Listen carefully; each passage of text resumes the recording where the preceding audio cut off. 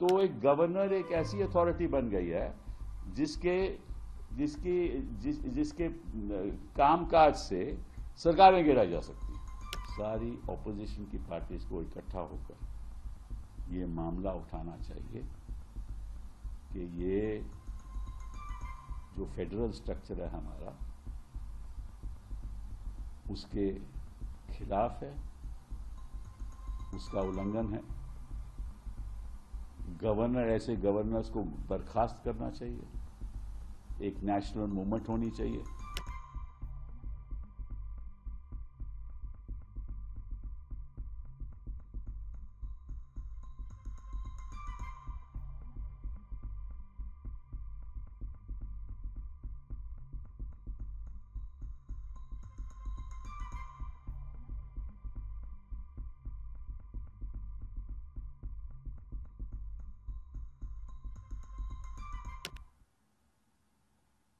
तो एक गवर्नर के ऑफिस का दुरुपयोग करना, और अभी पीछे आपको मालूम है कि यहीं जुलाई में मेरा ख्याल दिल्ली में ही कॉन्फ्रेंस हुई थी गवर्नर्स की, तो उन्होंने बीजेपी के गवर्नर ने आकर ये कहा कि हम तो एक्टिव बनेंगे, हम पैसिव गवर्नर नहीं हैं, हम तो एक्टिव गवर्नर हैं।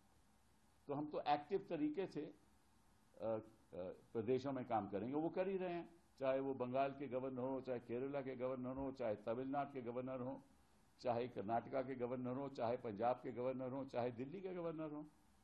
तो एक उदाहरण तो आप देख ही रहे हो। तो एक गवर्नर एक ऐसी अथॉरिटी बन गई है जिसके जिसकी जिसके कामकाज से सरकारें गिराई जा सकती हैं। यही हो गया ना। और फिर बात करते हैं गीता की।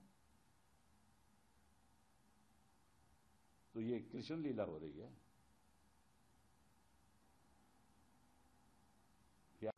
चीफ मिनिस्टर के खिलाफ बेबुनियाद आरोप तो कहते हो, अब क्या होगा कि जांच होगी, फिर कहेंगे साहब जांच कैसे करें, चीफ मिनिस्टर तो यहां कायम है, या तो चीफ मिनिस्टर इस्तीफा दे,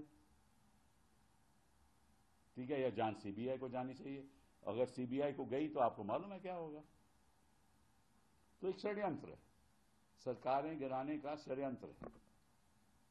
या तो 10 शेड्यूल का दुरुपयोग होता है या लोगों खरीदो फरोख्त होता है, सरकारें इलेक्टेड सरकारें गिराई जाती हैं, जैसे मध्य प्रदेश में, उत्तराखंड में, कर्नाटका में, हर जगह, अरुणाचल में, कई जगह ऐसी सरकारें गिराई गई। और या आप ईडी का को इस्तेमाल करते हो।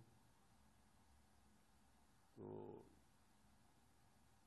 मैं समझता हूं कि सारी पार्टीज को, सारी ऑपोजिशन की पार्टीज को इकट्ठा होकर ये मामला उठाना चाहिए कि ये जो फेडरल स्ट्रक्चर है हमारा उसके खिलाफ है, उसका उल्लंघन है। गवर्नर ऐसे गवर्नर्स को बर्खास्त करना चाहिए, एक नेशनल मूवमेंट होनी चाहिए कि प्रदेशों को ये गिराना चाहते हैं, हर जहां भी ऑपोजिशन सरकार गिराना चाहते हैं। आपने कभी सुना कि बीजेपी की सरकार में किसी मंत्री के प्रति कोई भी जांच हो रही हो? कोई ऐसा प्रदेश जहां बीजेपी की सरकार है? कोई ऐसा प्रदेश है जहां बीजेपी की सरकार है जहां ईडी के छापे मंत्रियों पर पड़े हों? कोई है ऐसी सरकार? तो ना वहां मंत्रियों के ऊपर छापा पड़ता है, ना एमएलए के ऊपर पड़ता है ईडी का, ना सीबीआई की कोई जांच होती है। तो ऐसा क्या कि हिंदुस्तान ऐसा है कि जहां जहां विपक्ष की सरकारें हैं वहां सब मतलब के लोग चोर हैं और सब लोग आरोपी हैं, और जहां भाजपा की सरकारें हैं वहां शुद्ध हैं।